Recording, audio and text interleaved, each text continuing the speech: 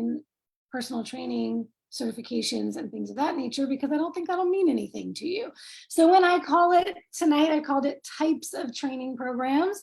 That is just a word. If you go out there and you search types of training, you're going to find educational concepts around what a type of training is versus a method versus all of these other things. So we're not going to worry about that as usual on these master classes. I don't get too technical. I don't get into the weeds. I don't read studies. It is about giving you the high points so you understand the concepts and you can take it forward for yourself. So I'm going to try to speak in language that you will understand. If I say anything and you're like, what does that term mean? Drop a question and I will explain the terms. Because, you know, you get into these things and you live in this little bubble and then everybody you know knows these things. And so sometimes you forget that not everybody knows these things, much like keto and low carb, right? We throw out terms all the time to people who know nothing about this lifestyle and they're looking at us like we have 5 heads. So, all right, let's see. It looks like I'm on Facebook. Let me double check.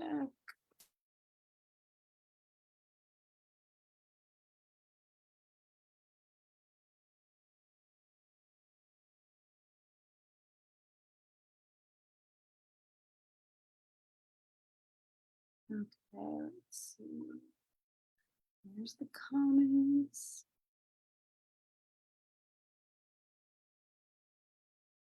There we go. Yay. Juliana's still with us. Thank you for commenting, so I know it works. The storm didn't get you. The storm didn't get me either. I left the gym and it looked like it was about to go crazy. And actually, I drove home in it. And now it's chill, which is good because I thought maybe it would knock out the internet or something and I wouldn't be able to do this tonight. So grateful that the storm is cooperating with us. All right, let's get into it then. Hey, Christina, glad to have you here. Oh, Super Duper, I know who Super Duper is. Hi. Super is Kaya, one of my clients. I love it. Deb, Debbie, all my Debs. Deb, and Debbie are all here tonight. Woo! Yeah. We're cleaning up.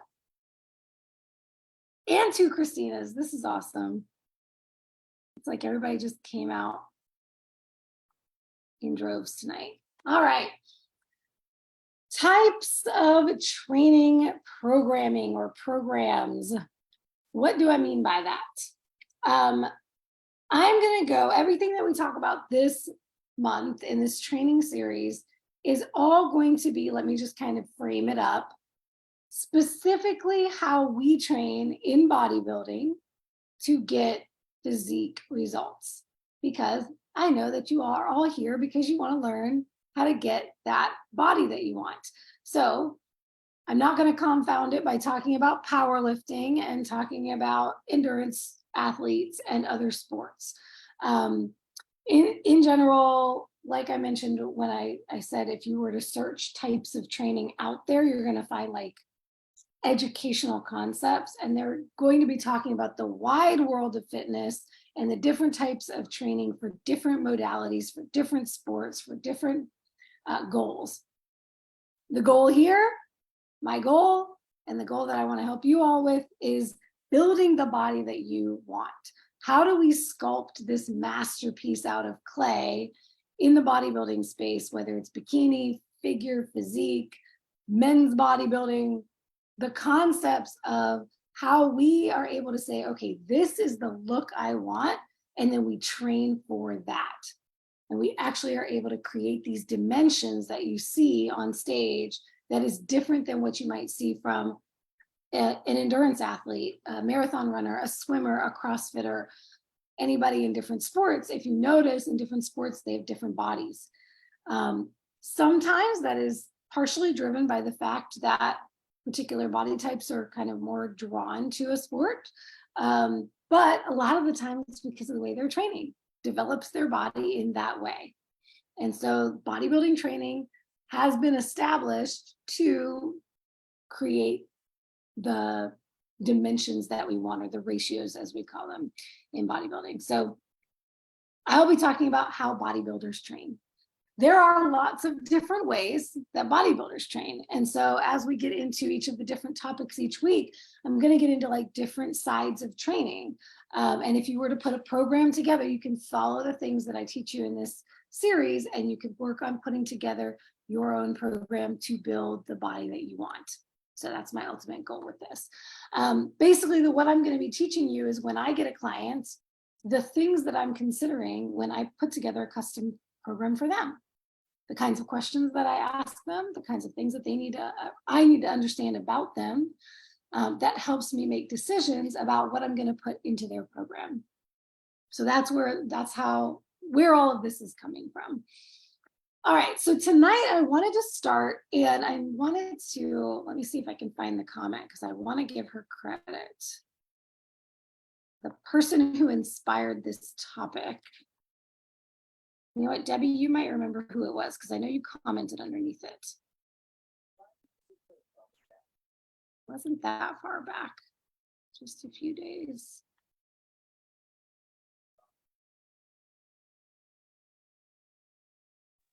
It might have been me. Nah.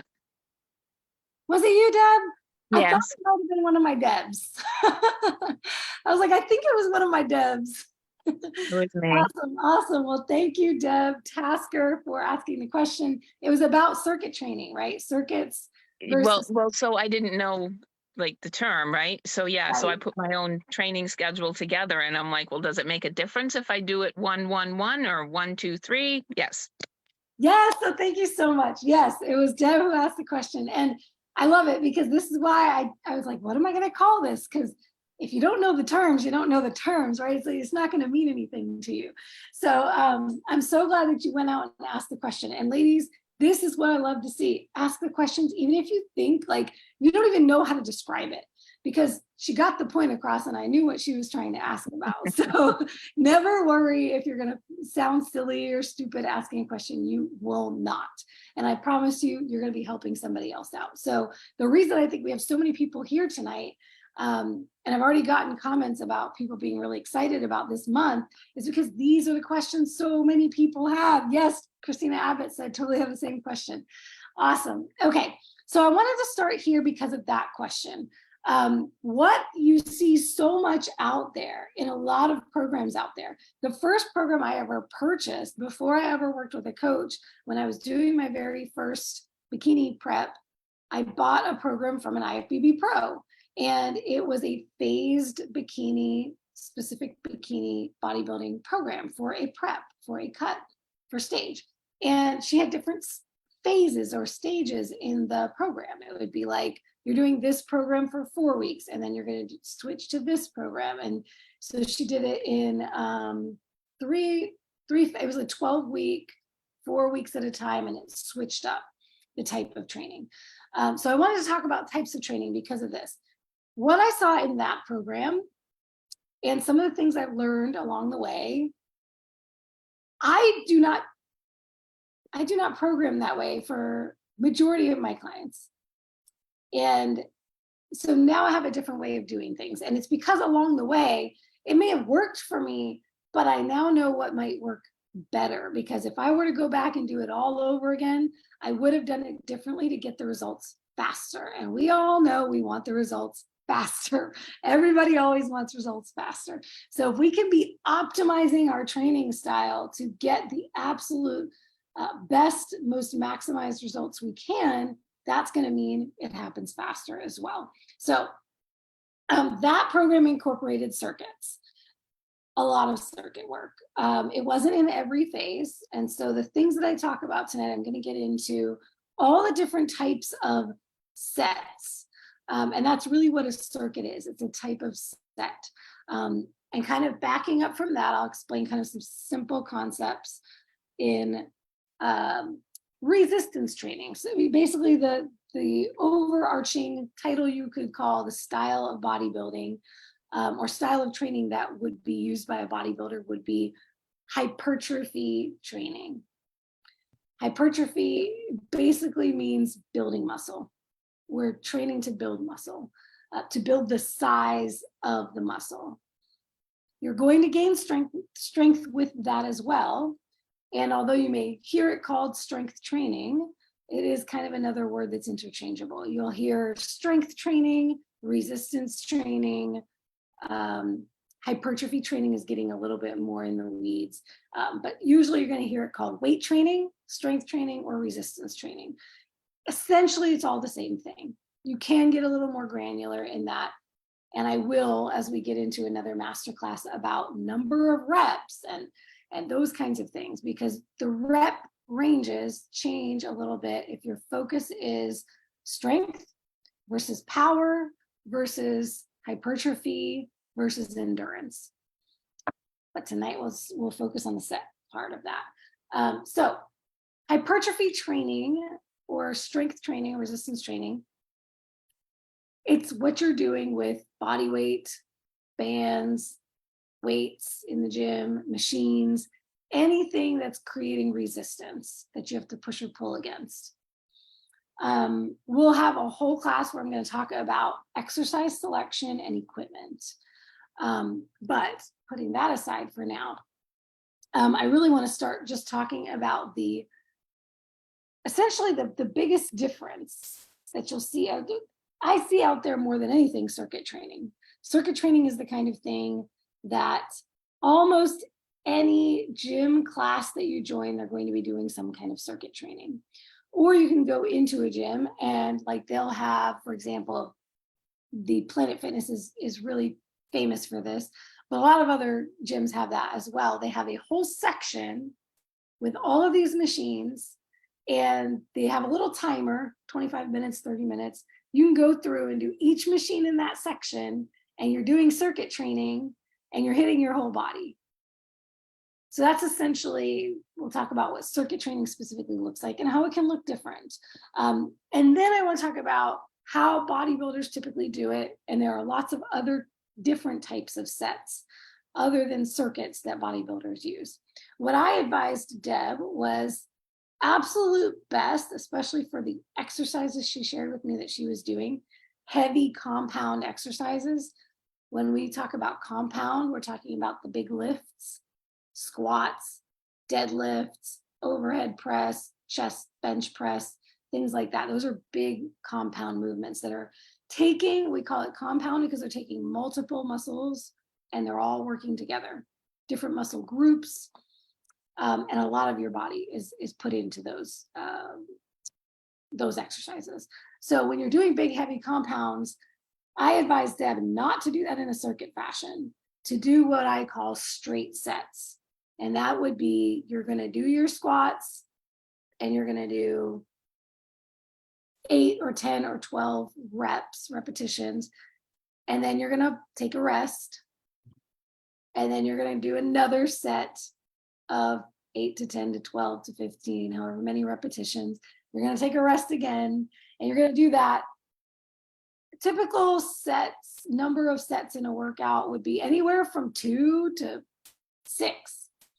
A lot of the time we see in that 3 to 4 sets per exercise group, or yeah. A lot of the time, most programs you're going to see a lot of 3 by 10, for example. You're going to see 3 sets of 10 repetitions.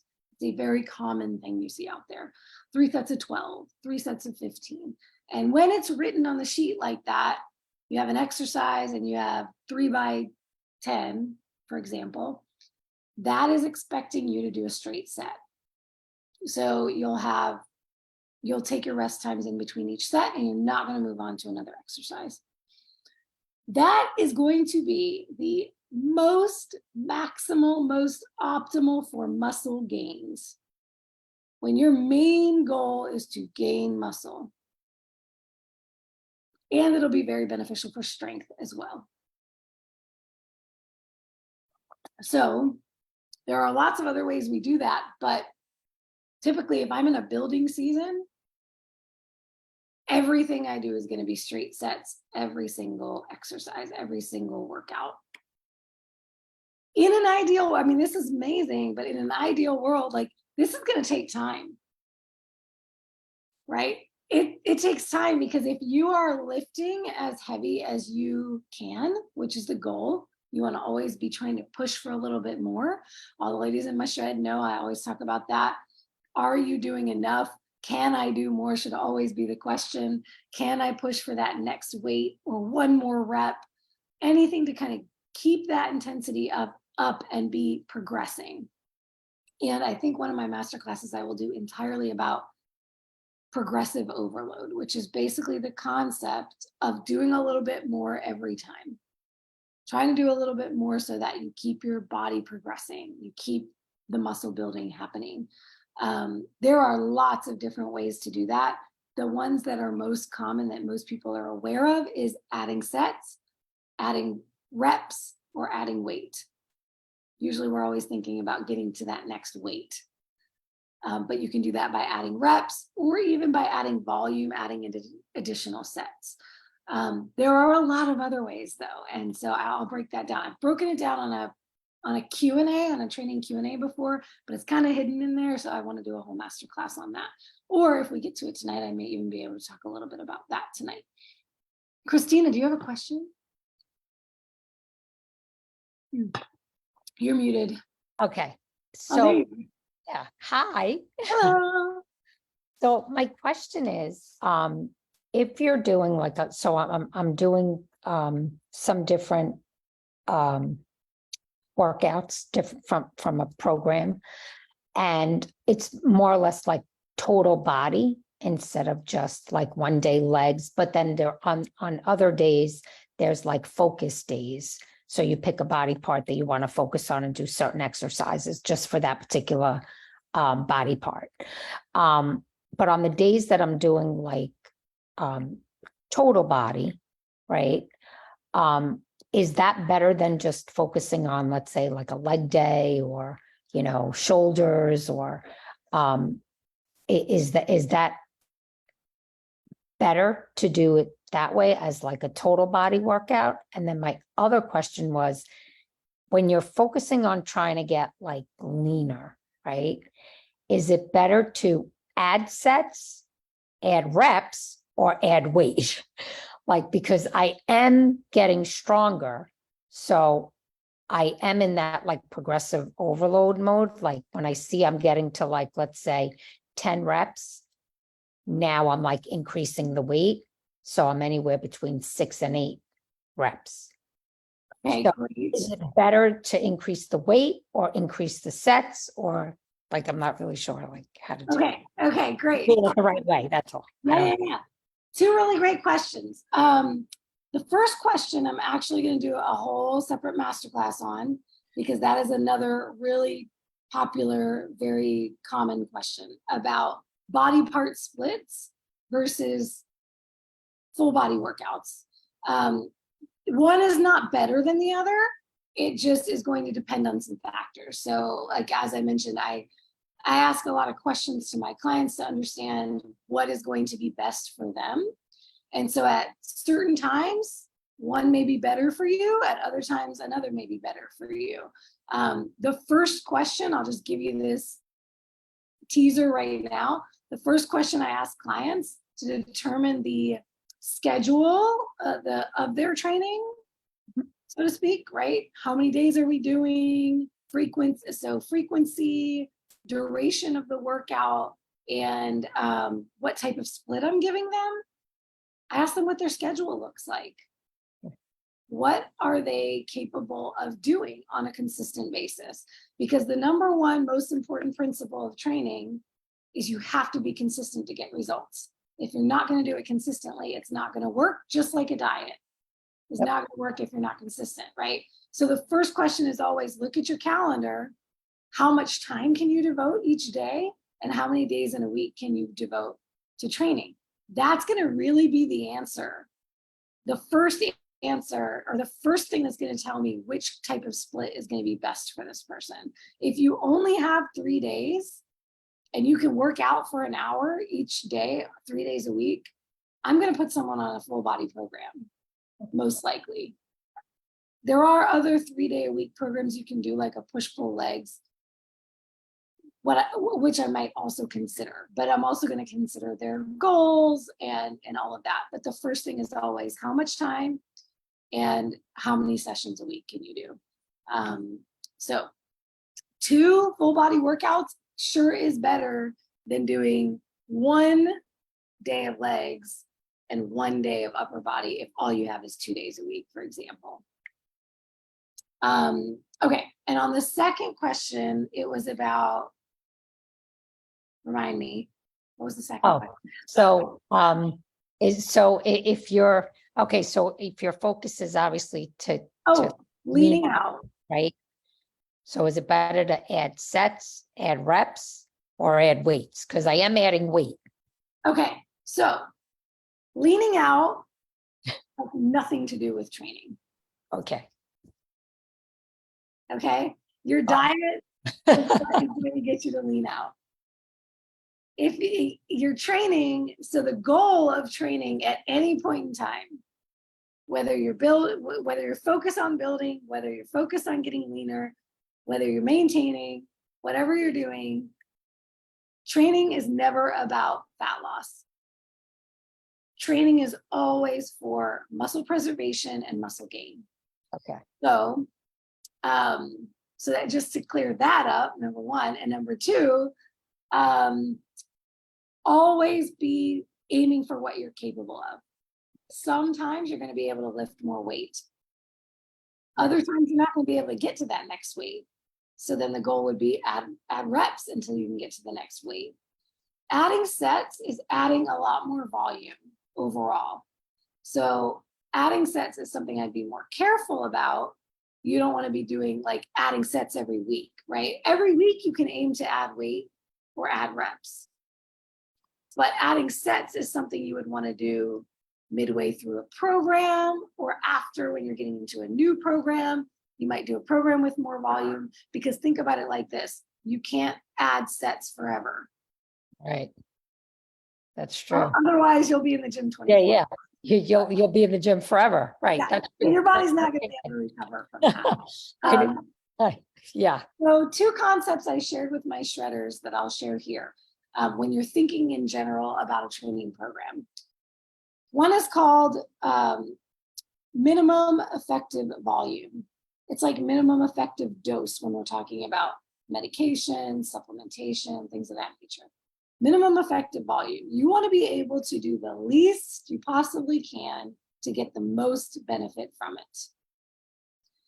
So a lot of the times, and some of my ladies in my shred were already doing a lot, and they knew that their challenge was going to be coming into the shred and quote unquote doing less, having to do fewer exercises or less volume than they're used to, or fewer days of the week than they're used to, thinking, oh my gosh, am I going to lose my gains by doing this, right? A lot of the time, people are shocked because now their body is getting the recovery it needs, better able to recover from what they're doing, and they grow more and they're getting better results.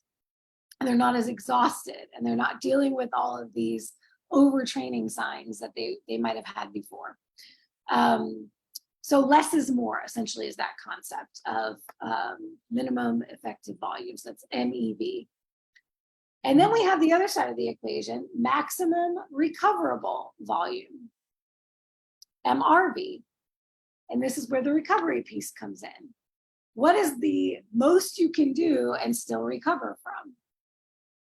If you're finding that you're getting into these places where you can't get back in the gym because your body is so sore and you're so tired, that means you probably need to cut back on something.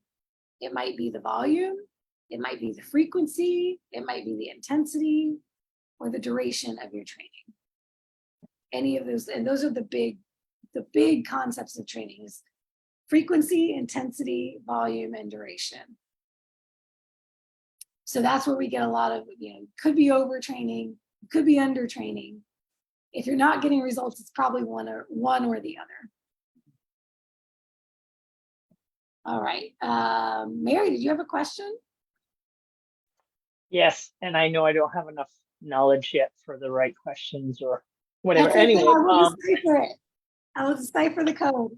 all right. My question because I enjoy working out right before I go to bed, just making myself dog tired and going to sleep. Is that an appropriate way of thinking about it? I hear so many people, I used to like get up in the morning and do it, but now I like the other way of things. So like I take my dogs out, then I come in and work out till I can't work out anymore, and then I go to sleep. Does it matter? Okay.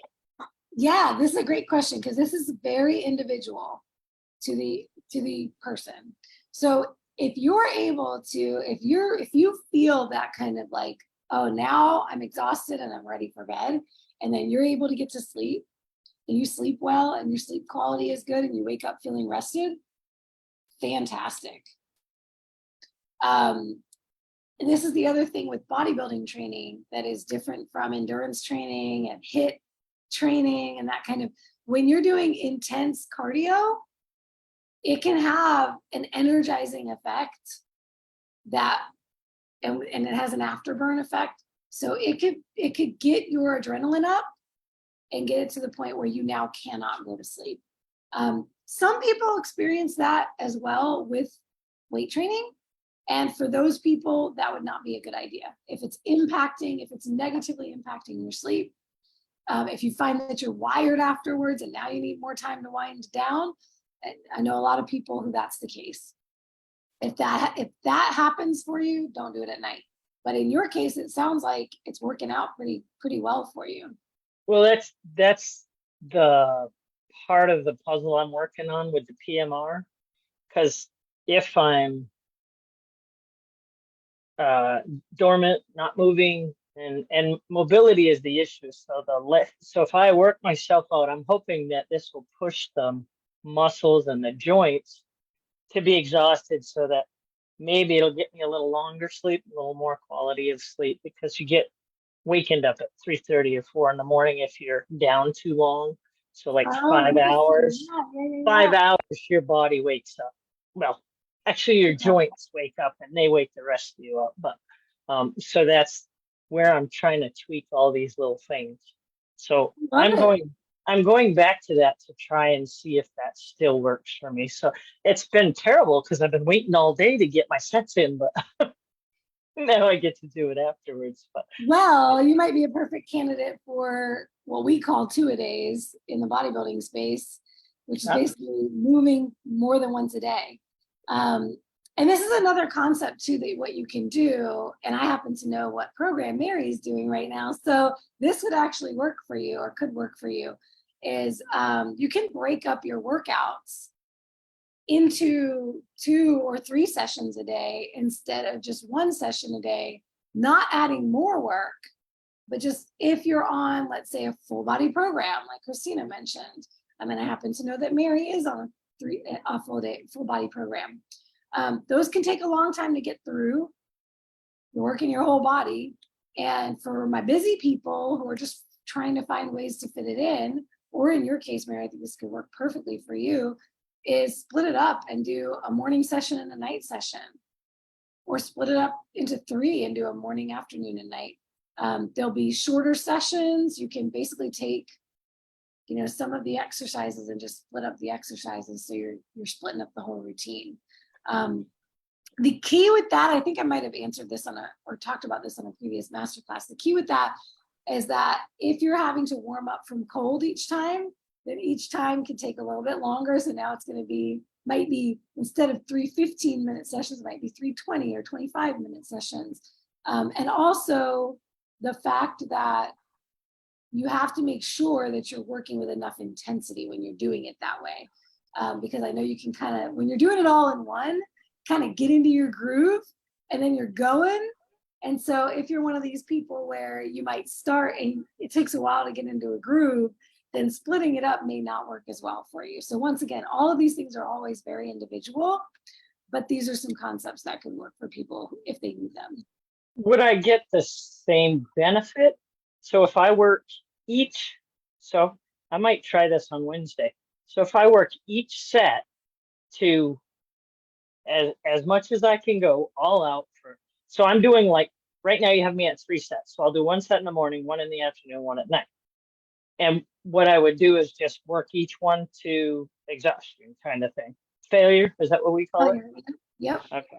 So if I work each one till failure, as many as I can do, and then I'm done, of course I get to do my warm up with what is it? Simon Pigeon? I forgot his name. I forget too, actually. But he's pretty cool to do the warm ups, and I do the whole warm up, so that's awesome. But so I do a warm up, and then I just work each one to exhaustion, and I'll get the same as if I do them all together. Absolutely. Absolutely. Because the That's key here, and really Simeon, thank you, Juliana. I didn't Simeon. remember his name either. I do remember his face though, his body, right? Because the key here, and the reason why straight sets are so beneficial for muscle gains over something like a circuit is because you are going into this exercise and you have everything to give it. And you give it all you got, and then you take an appropriate amount of rest, which I would always recommend for strength training, bodybuilding training, at least a minute to a minute and a half. As you get into really deeper strength training and like powerlifting, they take 3 to 5 minute rests. But typically in hypertrophy range, a minute to a minute and a half is going to suffice. If you need more, take more.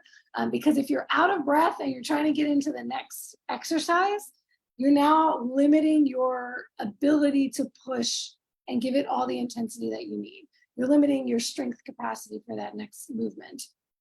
And this is why circuits, when you're going through, typically, and I'm going to talk about giant sets in a minute and how those are different from circuits. But typically a circuit would be, you're doing these 4 or 5 different exercises or more. They're working all different body parts. And so you might do like the circuits in Planet Fitness, for example. You're doing bicep curls, and then you're doing tricep extensions, and then you're doing leg curls, and you're doing leg extensions. You might go to all these different ones, and you're not taking rest in between. And if you are, you're taking very short rest times. So by the time you get to that 5th or 6th exercise, you're not going to have much to give it at all. You might not even have much to give to the 2nd or 3rd exercise. So this is why it's not ideal for muscle building. Now let's get into some of the other sets that you see typically in bodybuilding programming. So sometimes circuits are used, and unfortunately, I see circuits used a lot in bikini programs. And to me, I think because the emphasis or what people are thinking about for bikini is that it's beginner for bodybuilding, or it's like you're not so muscular, it's all about fat loss, and because a lot of the time women who are looking for those kinds of programs want that kind of, I just want to lose body fat, and they're not thinking as much about building muscle. But the truth is, bodybuilding training in general, building the physique that you want is going to take building muscle and losing body fat. So the muscle building piece has to be there, or else you're not going to have that shape you want at the end. So, and I have stopped looking at the comments in the group, so let me make sure I'm not missing anything there. Oh, good, we have questions. Okay. All right, y'all, I'm going to get back to these questions in a second.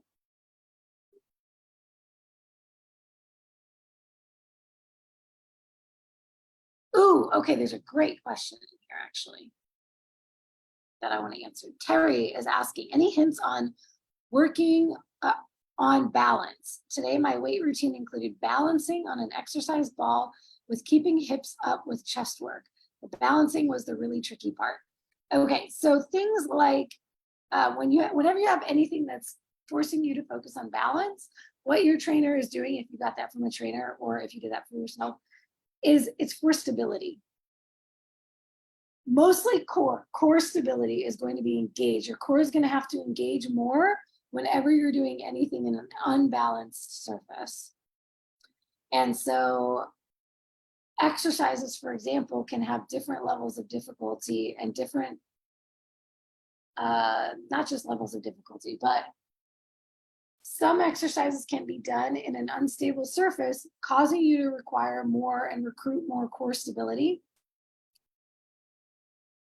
But what that's doing when you're training like that, it's not as focused on isolating the muscle. So once again, one is not better than the other, but the goals have to be considered. A lot of the time, beginner programs are going to do a lot of stability work because you have to build that core. You have to build that ability to be stable in everything that you're doing. Bodybuilding programs, a lot of the time, even if you are a beginner, you might get into one and you're doing all isolation movements. Because let's say you're new and you do need the stability and all of that, but you're getting on stage in 16 weeks. Your coach is going to be like, physique, aesthetics have to take front and center right now. We can worry about all of that later. So for aesthetics, we've got to hit the muscle group. If you're seated and you're doing lateral raises for your shoulders or front raises for your shoulders, it's taking everything else out. So you are focusing a lot more on that muscle group. So that's an example of like a way that I might change a shoulder exercise to make it more focused on the muscle group. Machines do this. They put you in a fixed position. You cannot do anything but work at that muscle. So it is very isolated. And this can be helpful for some people who don't have a lot of stability and are trying to work on a particular muscle group, and you can take that out of that. Now, overall fitness and wellness is going to require all those other things. So for instance, if you go to a CrossFit gym and, you know, Bronson's motto, goal in life is optimal health and wellness, optimal physical freedom. CrossFit, think of CrossFit, cross fitness, cross training. You're getting a lot of different types of training to work on speed, agility, balance, all of these other things that are also thrown in with strength training. So that's just kind of an example there. A lot of the time when you're going to classes, they're doing circuit type work because they're trying to work on fitness overall. And that's not to say it's better or worse than bodybuilding. It's just a different focus for a different goal. And it's a great goal to have. But interestingly, I just watched back one of my old master classes about, it was the one I posted in the shred about reality check, how to get results, basically. What do you need to do to get results when you're not getting them? And I talked about a triangle concept of you might have health up here, physique, aesthetics over here, and lifestyle over here. And the way it was actually taught to me in one of my certification programs, they called it the triangle of awareness. And it was, they had performance on one of them, performance, physique, aesthetics, and health. Similar concepts, but the fact is you have different goals in each of the corners. And as you move toward one, you're moving away from another. So you can have balance in the middle. You can go to CrossFit and just knock it all out. Or if aesthetics is your main focus and you want to build and chisel this particular physique, there's a way that we train to do that. And it's going to look different than others. So balance work is awesome. And especially if you really want to work on your core stability, but it won't give you as much of an isolation to the muscle. Okay. Karen asks, I want to lean out and build some good muscle. I want these arms to pop. I work out 3 days a week, full body. Suggestions? Suggestions about what? Is that a good thing to do? 3 days a week, full body is awesome. Especially if 3 days is all you have. That's going to be, I think, the way that you can most maximize your 3 days is hit full body 3 days, 3 times a week, because now all of your muscle groups are getting hit in some way, shape, or form 3 times a week. That's amazing. All right.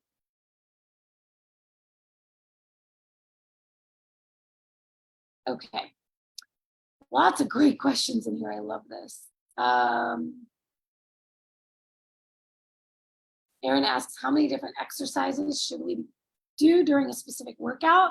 Let's say I'm working back and biceps one day. How many different bicep exercises should I do? So this is where it comes down to that MEV and MRV that I talked about. Minimum effective volume, maximum recoverable volume. That's going to be very different based on the person. But for instance, you could start with 2 of each. That would be a great place to start, and see how you do with that. 4 exercises in a workout is totally fine. Granted, I also don't know how many days a week you're training, how many different times a week you're hitting those body parts, things of that nature. I will be talking more about that on a future masterclass as we talk about exercise selection and volume and things of that nature. But I would start with, let's say, 2 of each and see how you recover from that.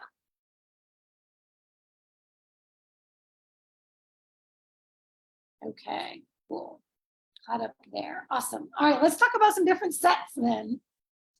All right, so circuit. Circuit is 4, 5, 6.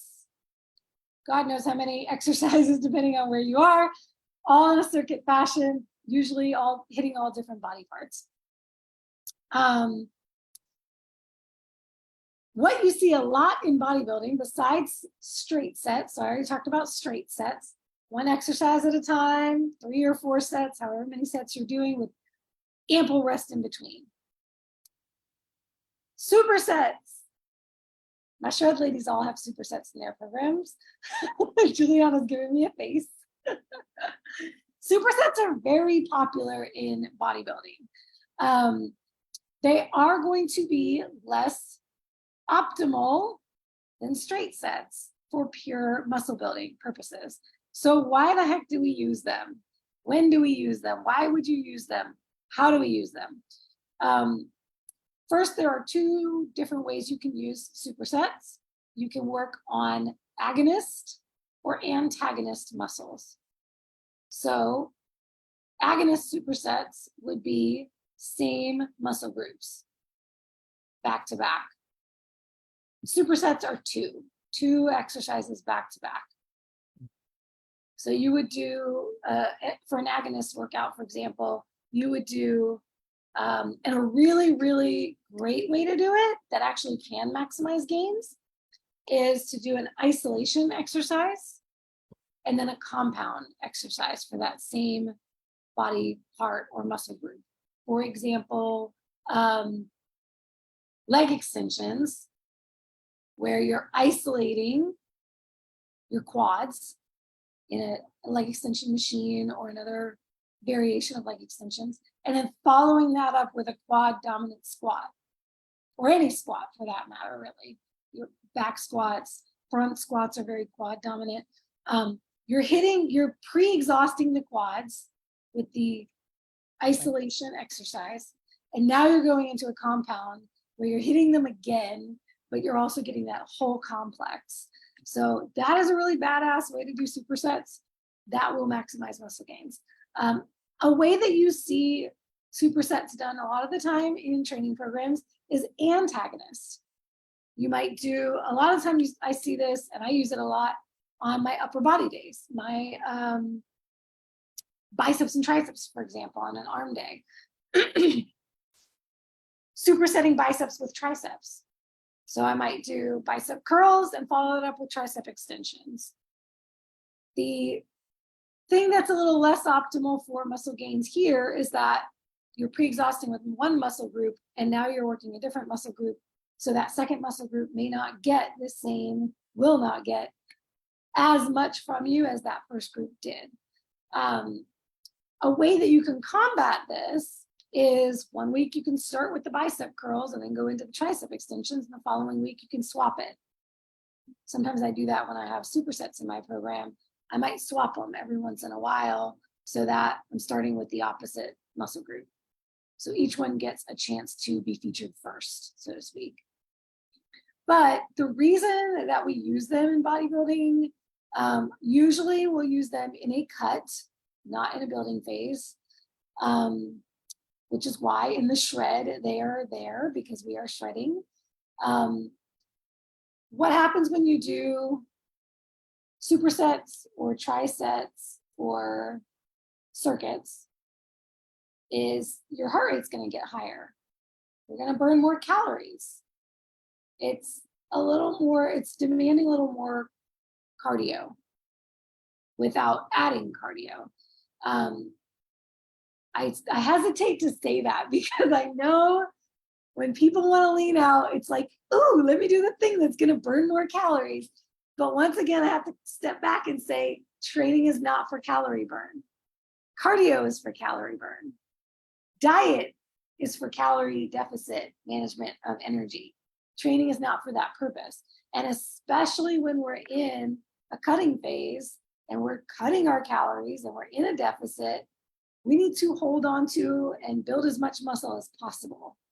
So although these are used, you could, if you have the time and the energy to give to a straight set training program all the way through a cut, that would still be ideal.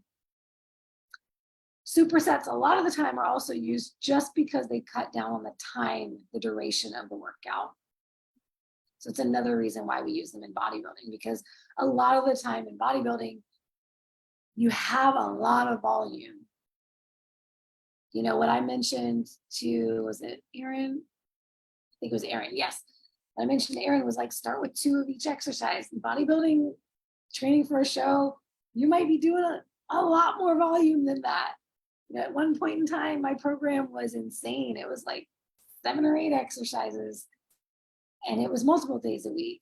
And so when you're doing that, if you're trying to do it all with straight sets, you're going to be in there forever. So supersets make that a little easier to hit muscle groups more frequently and train with more volume. So you're getting this overall volume. I keep saying the term volume, and I don't think I've broken it down and explained what it is yet.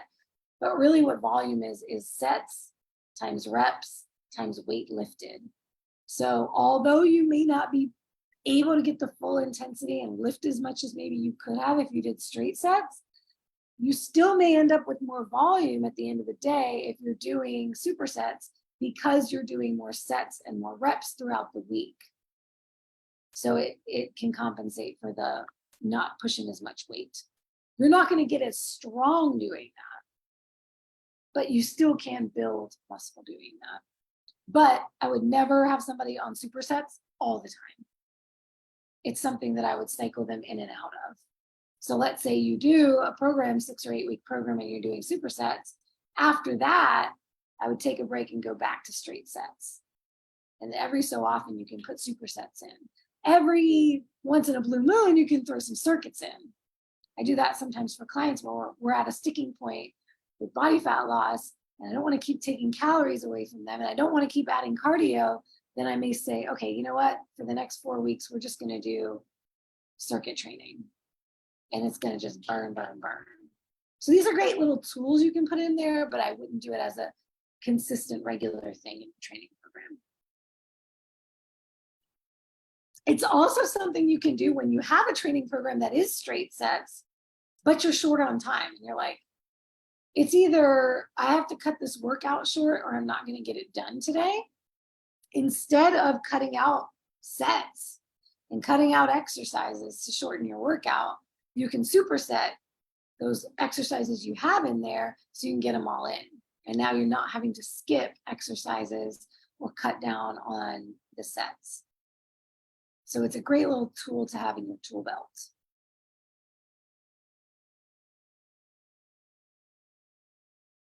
All right. Any questions so far about supersets, straight sets, circuits? I have a question. Sure. I was wondering now, we're just, well, for me, because I'm just starting out, should I try to push the number of reps as high as I can go? Or like where I'm starting with a medium band and then go to a heavier band? If I can get too many reps, go to the heavier band and then not get all my reps. You know what I'm trying to say? Maybe.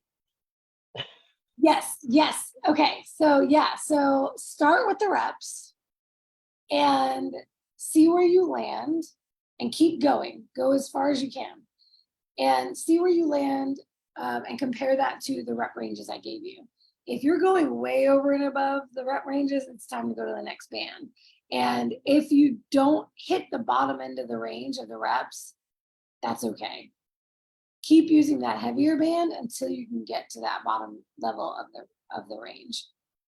Because if you're going like 5 reps over, it's time to go up. And that goes for, yeah, great question. Anybody, I get that question a lot about adding reps versus adding weight. If you can't get to the next weight, keep adding reps until you go over and above the higher end of the rep range that you have listed on your sheet. If you have 8 to 12, which is something I like to give my beginners, 8 to 12, and you can do 15 reps or 20 reps, it's time to pick up more weight or use a heavier band, get more resistance. And if you only get 7 reps, that's okay, to come a little bit shy of that range. Work on getting up to the 8 and then 9 and then 10 and then, getting up to the higher end of the range.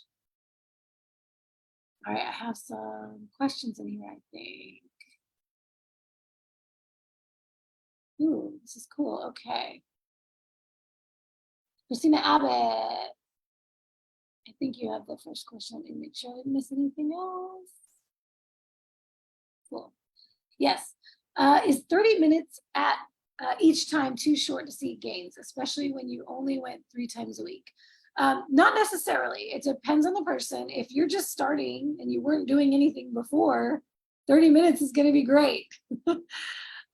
If you're cutting back from doing an hour before, then obviously that's going to be less. But sometimes that's necessary too. When a client has been overtrained, sometimes I've changed their programming and they get better results from doing less. The key is going to be what you're doing in those 30 minutes. If you're giving it everything you got and your intensity is there and you're pushing and you're getting stronger, and this is a good thing for everybody to kind of think about, is my training program effective? Am I getting stronger in general? Not always week to week, because ladies, we are ladies. And we have hormones, and our hormones fluctuate, and they cycle throughout the month. Even if you're post-menopause, you're not the same all the time. So it's very possible, and for everyone, not just women, but for everyone, we also have life going on. So we may not have slept great the night before. We might have stressors going on in our lives. We may be in a mental state that's not helping us achieve our best. So don't evaluate it in terms of, am I getting stronger every single time I go to the gym?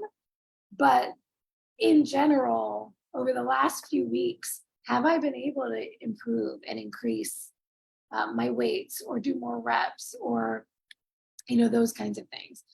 So let that be your guide. If you're getting stronger, if you're feeling good, it's likely that you are getting plenty with those 30 minutes. And if not, I would say ramp up the intensity before adding more volume. Always focus on intensity first. Linda had a question about creatine. Do you recommend creatine? I don't recommend it. It's never a requirement. A lot of the time clients come to me and they're like, what supplements should I be taking? I am not the coach that is going to give you a laundry list of supplements you have to be taking. I hate it when coaches do that.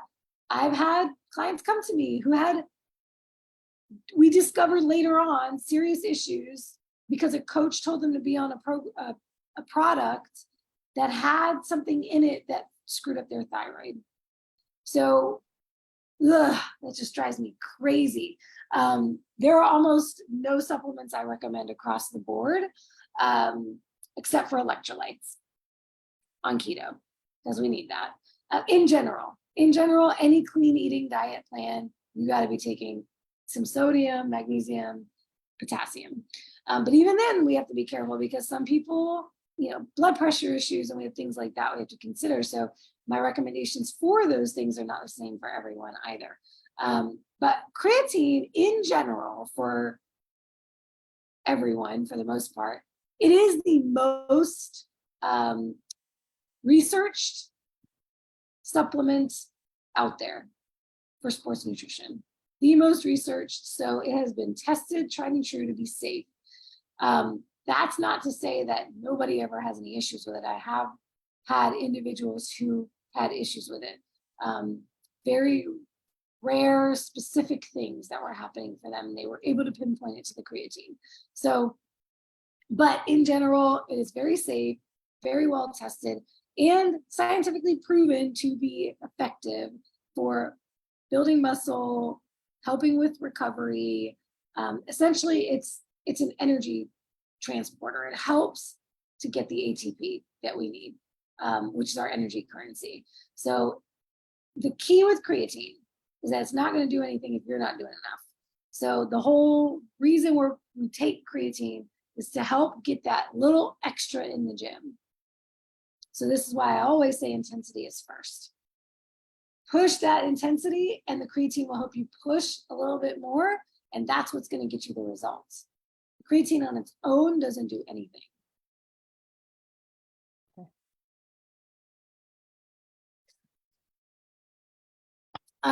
I can see I need to do another supplement masterclass. Always so many questions about supplements.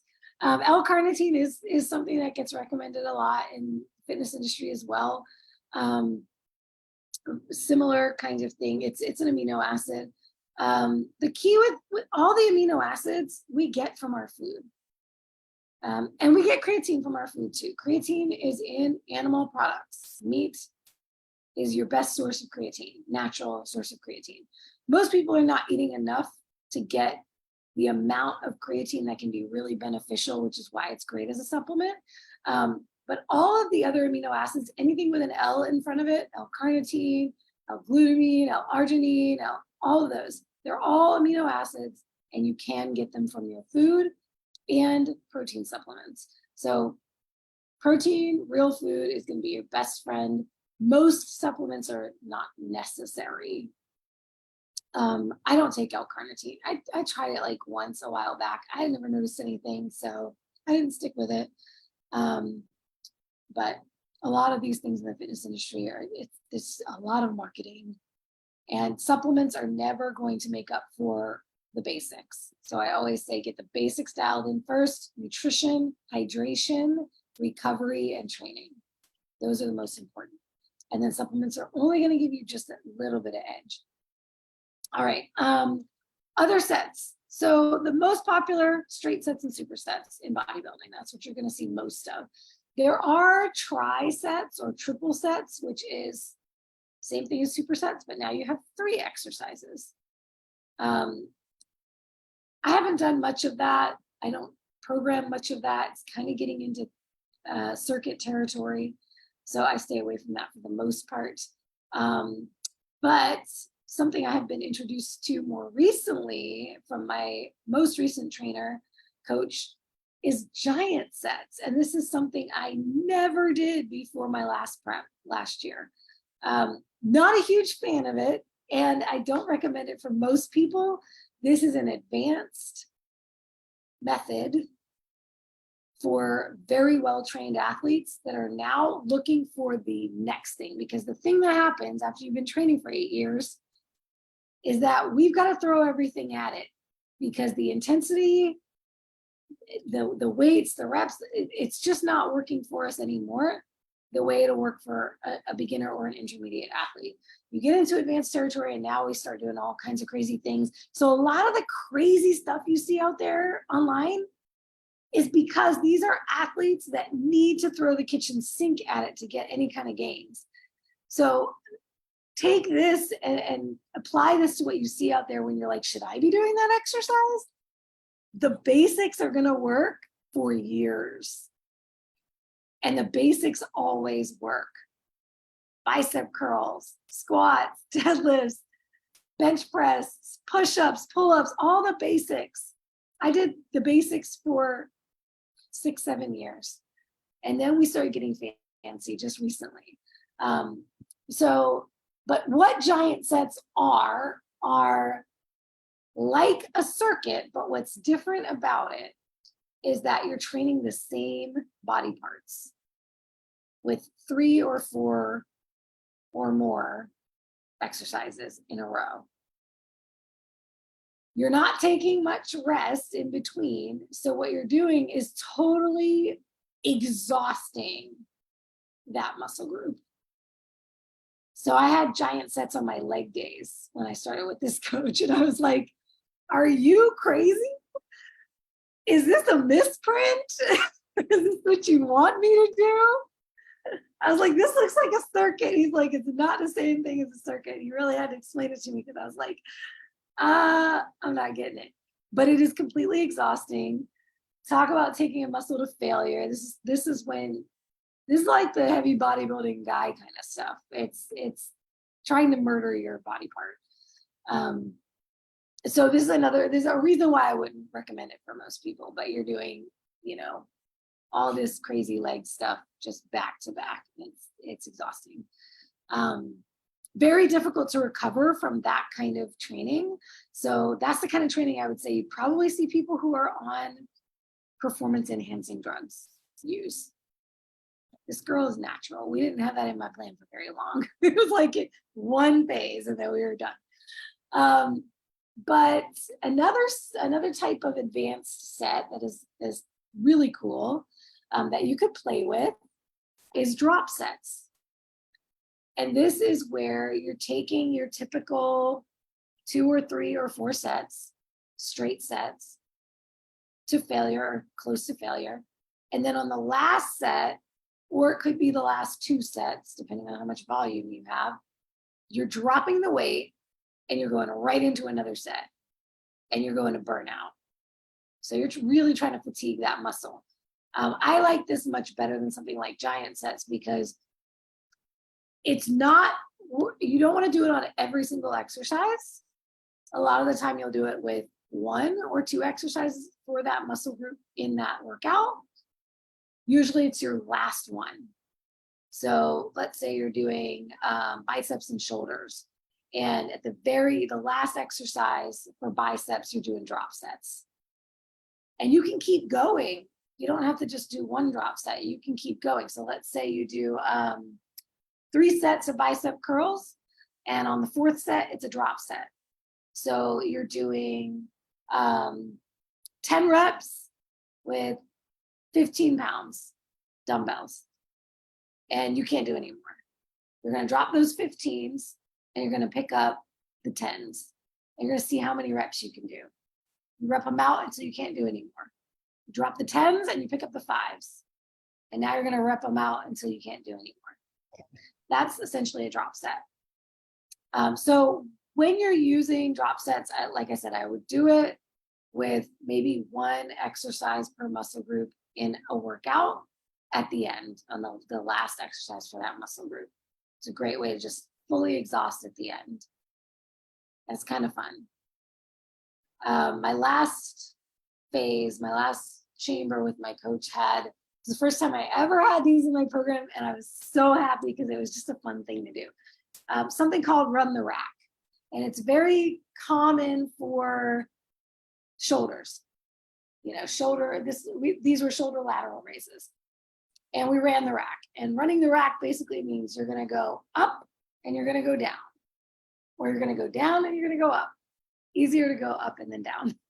Not easy at all, though. You pick a weight to start with, let's say 10 or 12.5 pound dumbbells, rep them out for 10 or 12 reps. You're going up to the 15s. You're going up to the 20s. You're not going to get many out. You might get 4 reps out. And then you're going to come back down to the 15s, back down to the 12.5s if you have the 12.5s, back down to the 10s, 7.5, 5. So you run up and you run down the rack. That's a lot of fun. But that would be like the last exercise you have that day, and that is its own set. So that's not like a drop set. You're not adding it to sets. You're just doing it as its own set. And the way we did it, we just did it twice. Once up and down, take a rest, once up and down. And then there was another one I wanted to talk about. Let's see, drop sets. Do you call that last one a progressive set? That is just called run the rack.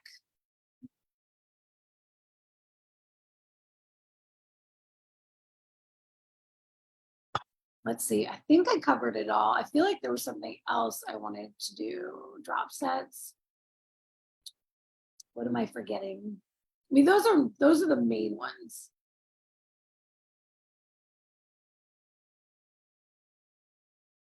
There's something called myo reps where you can, it's similar to a drop set, but you take a little bit of a break. You take like a few seconds, like a couple of breaths in and out, and then you go again for a few more reps. So similar to a drop set in that regard, but not exactly like a drop set, because a drop set, there's no rest. You just keep going. Christina. Yeah. So quick question. So if I was doing like a total body workout, right, which I usually do, and I was doing, let's say, lunges, squats, and deadlifts, right? And I wanted to do a drop set. I would just pick one of those exercises, correct?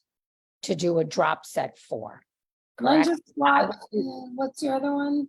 Let's say I was doing deadlifts, lunges, squats, deadlifts, right? I would say for those movements, I would not do drop sets. I would use drop sets for isolation movements. So Okay. any of the big things, like, and a lot of the leg day stuff is big stuff. But for instance, like for legs, you could do it with leg extensions or Okay.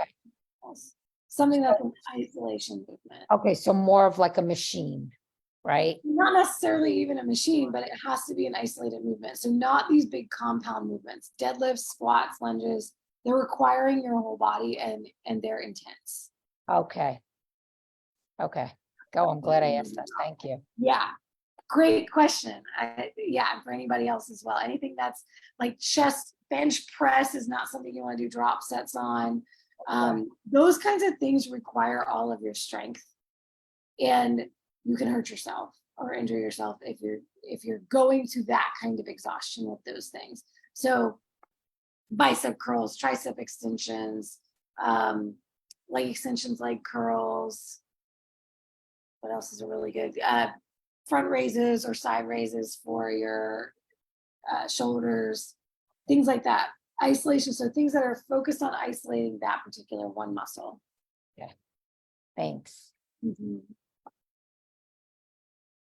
Great clarification question.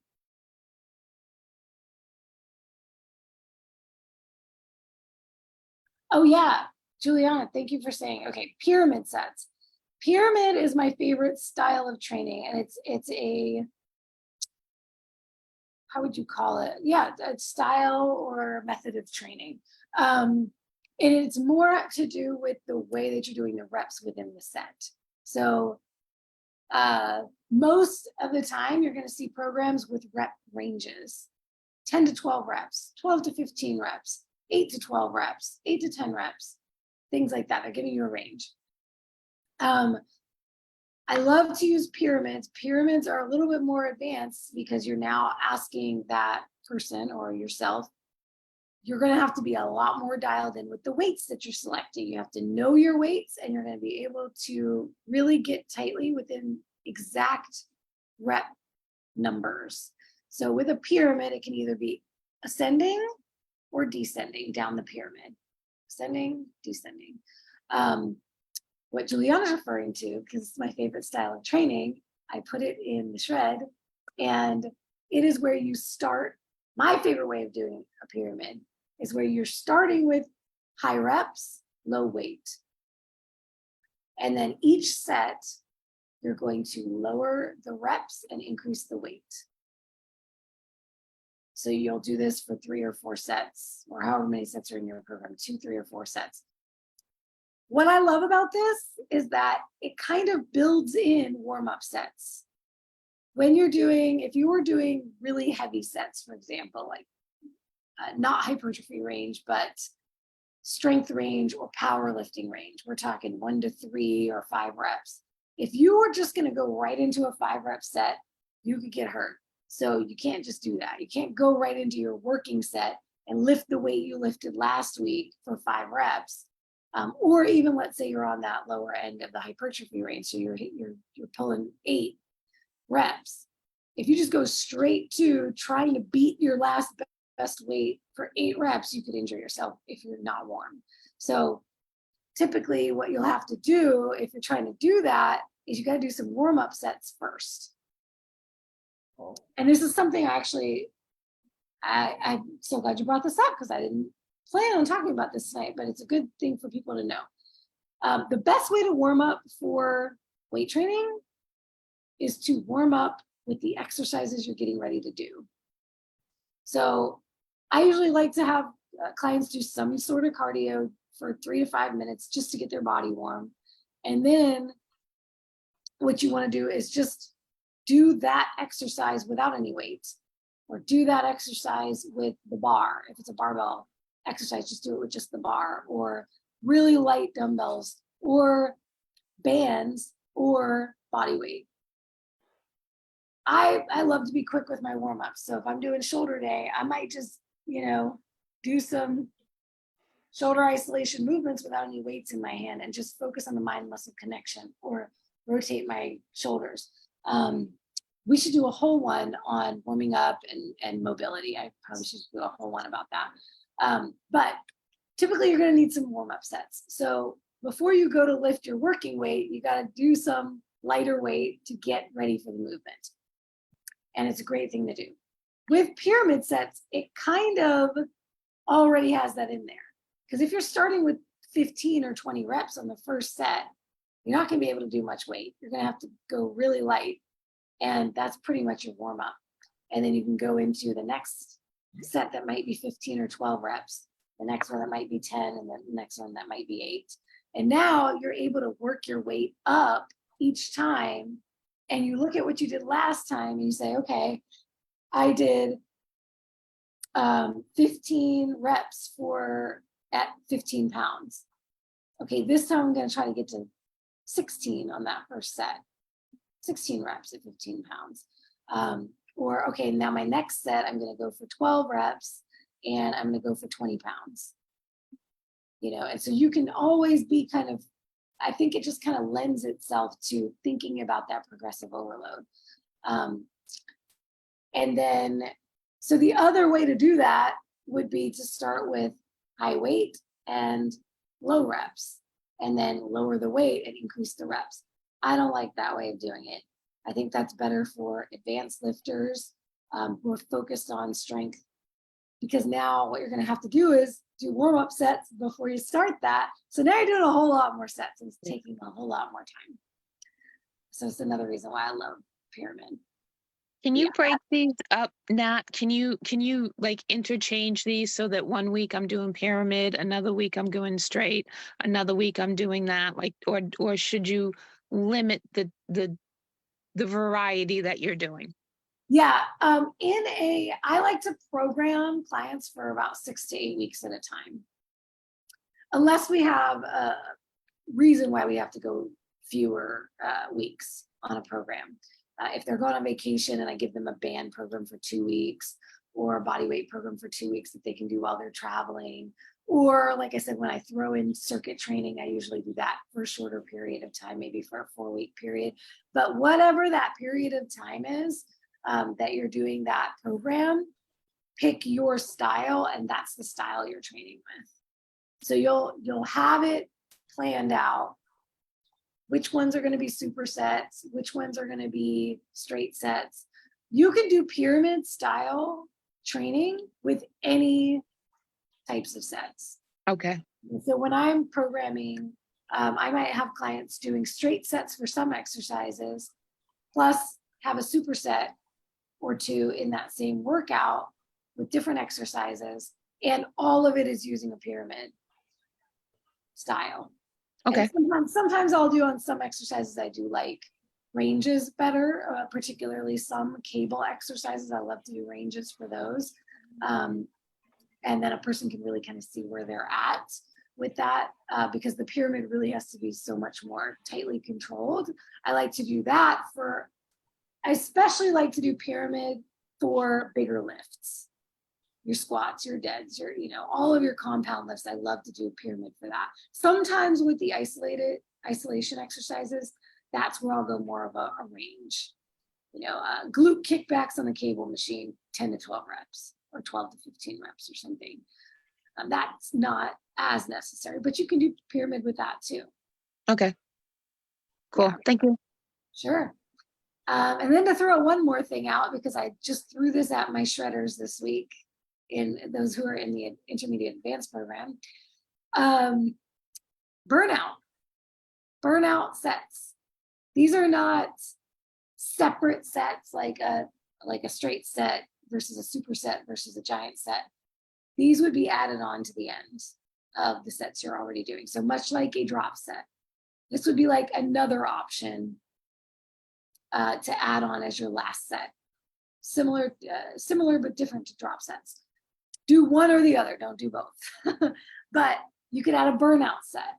So let's say you just did a pyramid for 4 sets of squats. You went 15, 12, 10, 8. You can add a set of 20 at the end and burn out. And it's going to be exhausting. So it's similar, it gives a similar impact as a drop set, but you're not doing a drop set.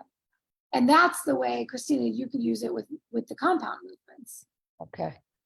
But So you're gonna have to drop that weight way down to, typically what I like to do is if I started with 20 reps on my first set, and then I did a pyramid, and after 4 sets, I might do a drop. I might do a burnout set of 20. And now I'm going to either use the same weight I did for the first 20 or a little bit more if I can. Some days I have it, some days I don't. Depends kind of on how much I put into those 4 sets. Sometimes I might not have it in the tank. And if I fail at 15, that's okay. So the burnout would be the same weight, or you would drop the weight? Not the same weight as you did with 8 reps. Oh, right. You would drop the It has weight. to be lower. Yeah. Yeah, okay. That's what okay. Equivalent to what you would do for 20 Got it. reps. Yeah. Okay. Got it. Yep. Yeah. This is another great one for isolation exercises, but you can use it for compound as well. Okay. But it works great on like a leg extension. It's a killer. It's great.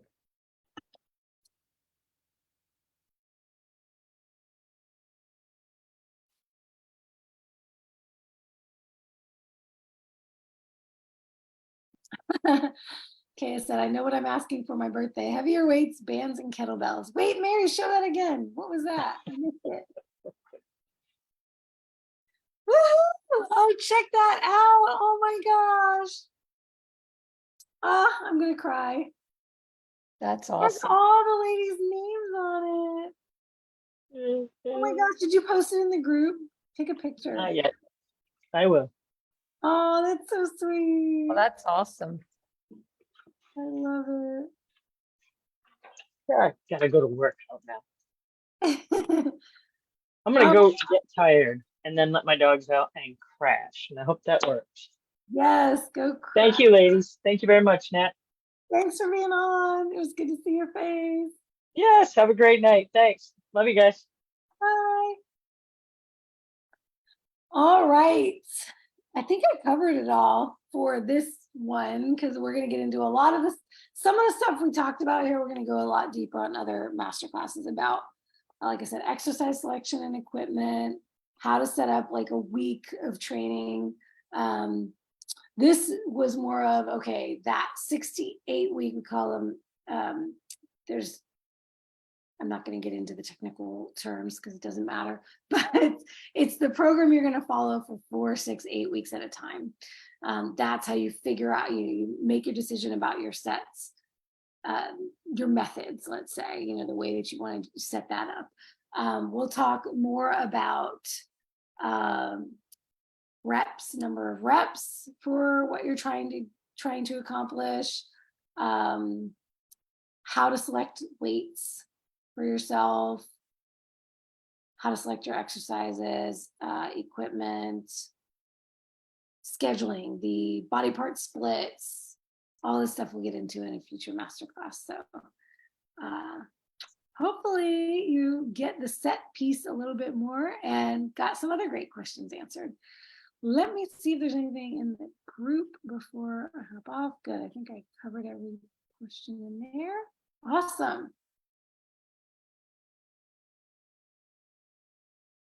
Yeah, exactly, Debbie. I pay my trainer to figure it out for me, but it's good to know this stuff. Yes. If this is all overwhelming to you, good thing to get a coach. This is what I do for my ladies. And the cool thing is too, when you have a coach who wants to teach, then you can learn as you go. Why are we doing these things? I always encourage my clients, ask me questions. I want you to understand what we're doing so you can learn how to do this for yourself. But I don't do it for myself either. I have a coach too. I don't want to sit down and spend my time figuring out I do it for other people, but I got somebody doing it for me. So I can just execute. As an athlete, I like to go in there and just execute the plan.